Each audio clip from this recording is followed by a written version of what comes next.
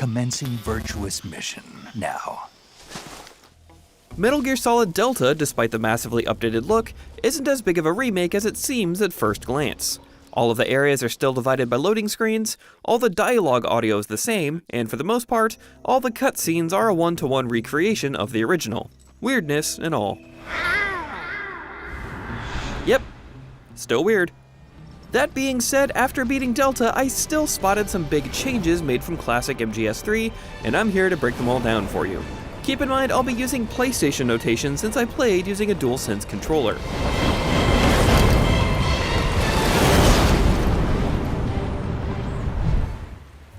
Snake Eater offered a wealth of options in how you approach certain encounters, but that came at the price of grafting systems onto a control scheme that started with the first Metal Gear Solid.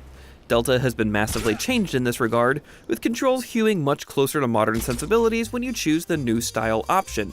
Examples include aiming and firing over the shoulder with the triggers, moving weapons and equipment to the D-pad, crouching to the circle button, and climbing to the X button. Instead of rolling by hitting the crouch button while running, it's been completely moved to triangle, but you can still hold triangle to immediately go prone out of a roll. CQC has also been moved to the right trigger, but past that the concepts are pretty much the same, except there's no pressure-sensitive buttons like with the original release. For instance, instead of holding down circle super hard to slit someone's throat, you can just press X while they're in a hold. You can opt to use a hybrid version of the Legacy controls if you'd like, but that will switch you to the Legacy camera as well, which we'll discuss later. Aim and fire controls will still be on the trigger, and you can move back and forth while prone while aiming, but you can't move while in first person. Weapons will behave differently in Legacy style as well. As an example, the Mark 22 Tranquilizer in the original Snake Eater has very little bullet drop, allowing you to snipe headshots from far away. It behaves the same way in Legacy style in Delta, while there is heavy and noticeable bullet drop in the new style, presumably since the updated controls and third-person aiming would make it far too easy otherwise. While the updated 3DS version included crouch walking, the original Snake Eater and even the updated Subsistence only allowed you to sneakily walk upright. Moving while crouched meant you went prone and started crawling. In Delta, you can now press circle to crouch and continue to move while hunched over instead of going prone, and to fully lay down, you need to hold crouch. Stalking has also been moved to holding L1 while moving instead of using the D-pad, since the D-pad is now used for switching weapons and equipment. You can also now move in first person, albeit slowly, and movement while aiming while you're prone has been updated. Even though your gun will drop when crawling in first person, you can keep aiming in one direction while moving in any direction, making lateral movement and backwards crawling while aiming possible. It's all much more intuitive, rather than having to spin like a top. To round out the rest of the movement changes, you no longer have to keep holding the left stick into a piece of cover to flatten yourself to it. Snake will now stick to any cover you press up against, even if you let go of holding forward. While most of Delta is built on the bones of Snake Eater, there are some new animations, particularly with the CQC takedowns. While the slam in Snake Eater used to be just one animation over and over, you now get unique ones depending on how and from what direction you approach an enemy.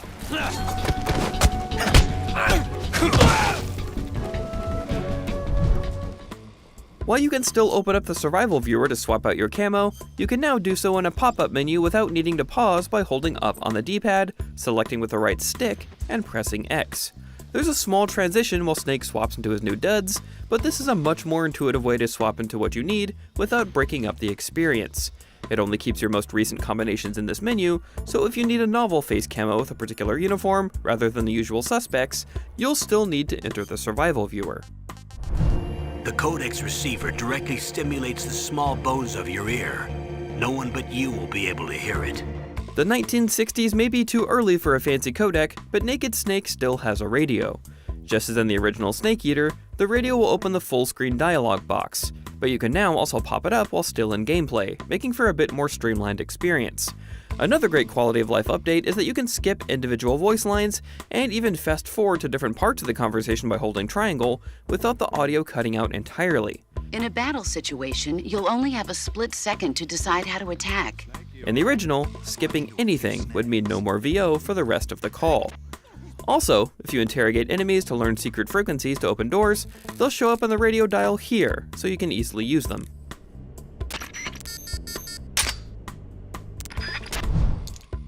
Delta also adds a photo mode to the Snake Eater experience. You can enter photo mode through the pause menu and change things like depth of field, frames, filters, and even toggle the characters on and off. Your options will be limited while in a cutscene though.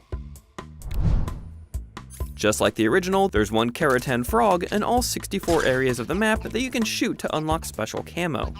Delta has added a camouflage rubber duck to every area as well, which unlocks a different kind of camo. You can check your progress for both of these in the pause menu, as well as whether or not you found the one for that particular area. Just look for the checkbox.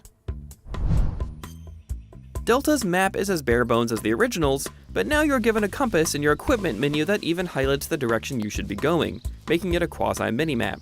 This doesn't use a battery, so keep it equipped at all times if you'd like to keep your bearings more easily.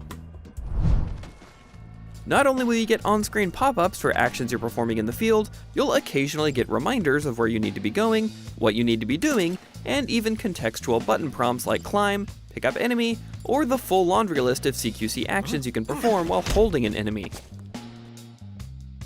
You even get enemy indicators that let you know which direction an enemy saw you from. Some might say it clutters the screen a bit in what used to be a relatively minimalist UI, but there's no doubt it's helpful. You can also turn most of these off piece by piece in the options menu. Also a quick hint, since you need to be within CQC range to hold someone up from behind, wait until you see the CQC on-screen prompt to aim your gun. That's a surefire way to know you're in the right range. In later releases of the original game, like Subsistence, a controllable 3D camera was added that you could switch back and forth from by clicking in the right stick. In Delta, changing the camera means changing back to the legacy control scheme and reloading the last checkpoint, so you can't do it on the fly. Thankfully, without spoiling, some set-piece areas later in the game that were clearly intended to have the original camera still do, even when playing in the new style. In the updated Subsistence release of the original Snake Eater, there was a mode called Secret Theater on the second disc that let you watch a collection of joke movies and even a trailer for the then upcoming Metal Gear Solid 4. In Delta, the Demo Theater, which contains all the cutscenes from the game, and the Secret Theater both unlock after clearing the story for the first time, but the Secret Theater videos need to be unlocked one by obtaining film reels from specific enemies, and a few from Subsistence have been removed. You can see which enemies have these reels on their person, and the only way to obtain them is to hold the enemy up, circle around to their front, and point the gun at a sensitive area on their body so that they shake them loose. If you harm them or bump them in any way, even if you knock them out non-lethally, the reel will pop up into the air and break. Once you complete the game and unlock the Secret Theater, the list of films in the main menu or in the tips menu will tell you where every reel is, so don't worry about needing to get them on your first playthrough. Although if you really want to, you can check all their locations on our guide at IGN.com. No matter which version of Snake Eater you played in the past, it was always annoying to reload a save, often requiring you to exit all the way to the main menu. Now, if you accidentally kill someone in a non-lethal run, or you just get spotted and want to do away with it, you can load the most recent autosave very quickly, which will put you at the start of the area you last entered. Here's the process in the Master Collection version on Steam, released in 2023. I'll even speed it up to 200%.